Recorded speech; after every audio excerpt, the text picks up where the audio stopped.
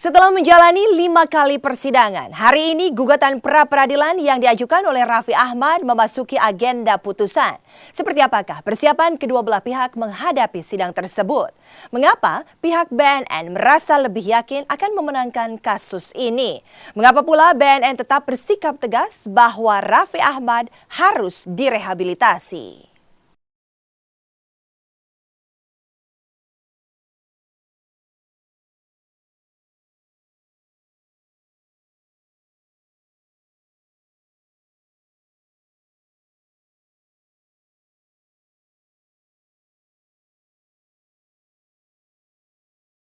Hari ini setelah melewati 5 kali perdebatan yang panas, sidang gugatan pra-peradilan yang diajukan pihak Raffi Ahmad akan diputus di Pengadilan Negeri Jakarta Timur. Tanpa bermaksud mendahului putusan majelis hakim, hasil persidangan hari ini akan memberi babak baru bagi kasus Raffi yang sudah berjalan lebih dari 1 bulan. Kedua belah pihak rupanya sudah siap mendengar putusan hakim siang ini. Kita persiapannya adalah berdoa. Berdoa dalam pengertian bahwa kita sudah sampaikan segala sesuatunya di persidangan. Perdebatan-perdebatan yang kita lakukan juga sesuai dengan posisi kita sebagai kuasa hukum. Dan kita sudah jelaskan semua dengan dasar hukum yang ada, yang diatur di dalam Undang-Undang 35 2009. Dan alasan-alasan penangkapan, alasan penahanan juga sudah kita sampaikan. Alasan rehabilitasi juga sudah kita sampaikan. Dan tidak ada satupun dari ketiga alasan yang dijadikan objek daripada gugatan pra-peradilan dari para pemohon, itu tidak kita jawab. Dari hasil persidangan, kemudian kami sudah menyampaikan kesimpulan bahwa kita berlandaskan segala sesuatu argumentasi dan dasar-dasar hukum, kita sudah menyatakan bahwa penangkapan itu sah, penahanan itu sah, dan rehabilitasi itu sah karena sesuai dengan aturan hukum yang ada. Persiapan yang kita lakukan hanya doa dan harapan, karena apa yang telah kita inginkan telah kita lakukan dengan persidangan ini yang selama 7 hari, baik dari bukti-bukti kita, baik dari bukti surat dan saksi-saksi. Kita percaya bahwa hukum akan ditegakkan sebagaimana mestinya di negara tercinta ini. Keberpihakan hukum terhadap orang yang benar, kita percaya itu, bahwa Raffi akan diputus, bahwa penahanannya, pembentarannya adalah pembentaran yang tidak sah demi hukum.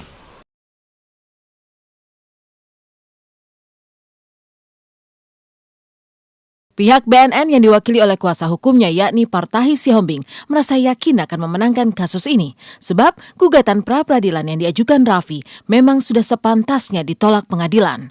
Toh penangkapan, penahanan serta keputusan merehab Raffi sudah sesuai dengan aturan hukum. Harapan kita adalah bahwa kebenaran harus tetap menjadi kebenaran. Negara tidak boleh kalah dengan narkoba. Kalau kita merasa kita orang baik adalah bagian dari negara, kita harus melakukan hal yang terbaik dan benar, supaya ada orang yang berani melawan kejahatan. Kapan dia bisa membela diri, katakanlah untuk menyatakan bahwa itu bukan miliknya dia, masih terbuka di persidangan di pokok perkara. Silakan dia membela diri bahwa itu bukan dia punya, tapi bukan di dalam gugatan pra-peradilan yang sudah nyeleneh dan salah kaprah.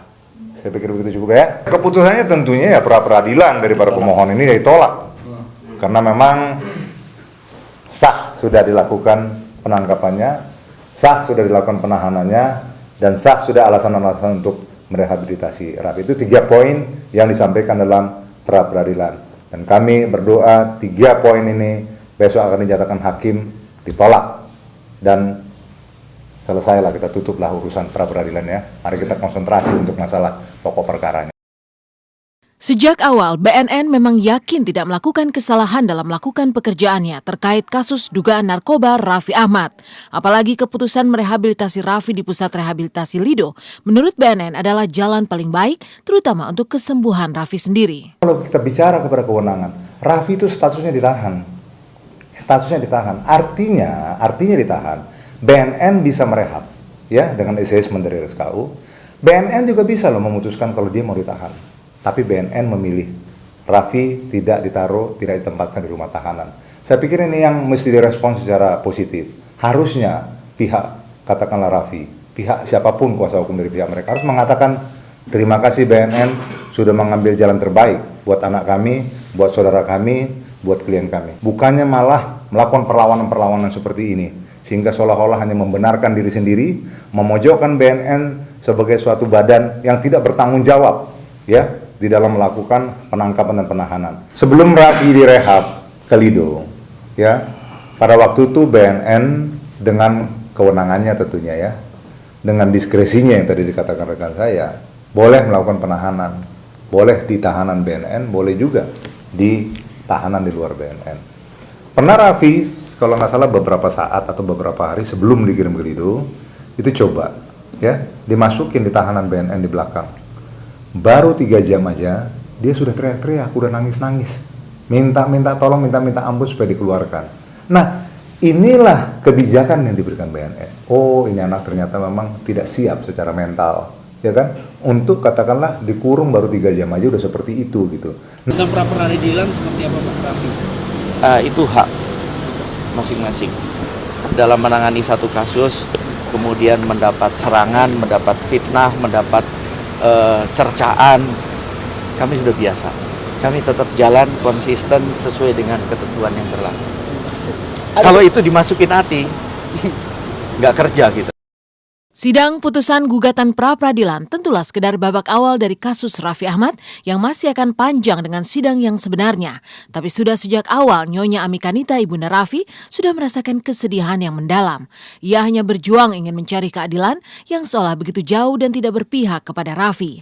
Lantas akan seperti apakah Amikanita menyikapi putusan sidang pra-peradilan hari ini? Selalu dikatakan oleh pihak kuasa hukumnya Raffi bahwa metilon itu tidak ada, kemudian bahwa ganja itu bukan miliknya Raffi, terus kemudian BNN itu melakukan pembantaran atau katakanlah merehab Raffi itu dengan sewenang-wenang. Itu saya katakan itu salah dan ini adalah pendapat yang menyesatkan, ya. Kenapa saya katakan menyesatkan? Jelas di dalam kemarin di dalam pembuktian kita udah sampaikan semua.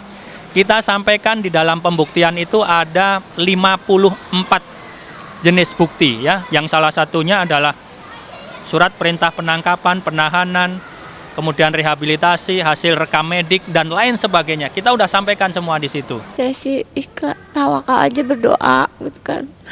Mudah-mudahan Raffi bisa bebas, mudah-mudahan ada keadilan sejati. Kalau kita memang melihat sidangnya seperti kemarin, kan itu semua jadi sudah kita bisa mengambil kesimpulan kasusnya Raffi seperti apa.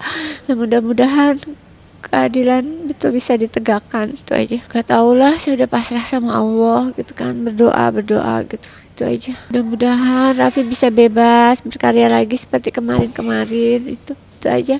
Mudah-mudahan Pak Hakim bisa dalam kasus sidang ini bisa betul-betul menilai objektif buat Raffi. Itu aja. Gugatan pra-peradilan yang diajukan Raffi Ahmad akan diputuskan oleh Majelis Hakim Pengadilan Negeri Jakarta Timur hari ini. Masing-masing pihak merasa yakin akan memenangkan kasus ini. Namun pihak BNN jauh lebih yakin bahwa langkah menangkap, menahan serta merehabilitasi Raffi tidak melanggar aturan. Sementara itu ketika Raffi tengah menunggu putusan pra-peradilan, Wanda Hamidah yang baru pulang umroh harus menghadapi isu panas terkait penyebutan dirinya di sidang tersebut. Tapi benarkah inisial WH yang mencuat di persidangan memang Wanda Hamidah? Lalu apa tanggapan politisi selebriti ini tentang isu panas itu?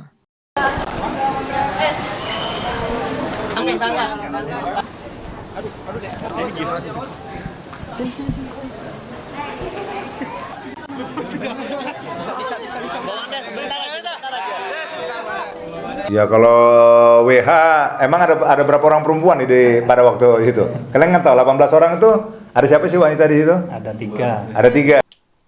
Pulang dari ibadah umroh, Wanda Hamidah langsung dihadang isu terkait inisial WH yang mencuat dalam persidangan pra-peradilan Raffi. Tapi benarkah inisial WH yang dimaksud adalah Wanda Hamidah? Apa tanggapan pihak Wanda terkait kesaksian BNN bahwa pada saat ditangkap Raffi sedang berpelukan dengan seorang wanita? Seperti apa pula tanggapannya tentang sosok WH yang dimaksud sesuai dengan isi BBM yang muncul dalam persidangan Senin lalu?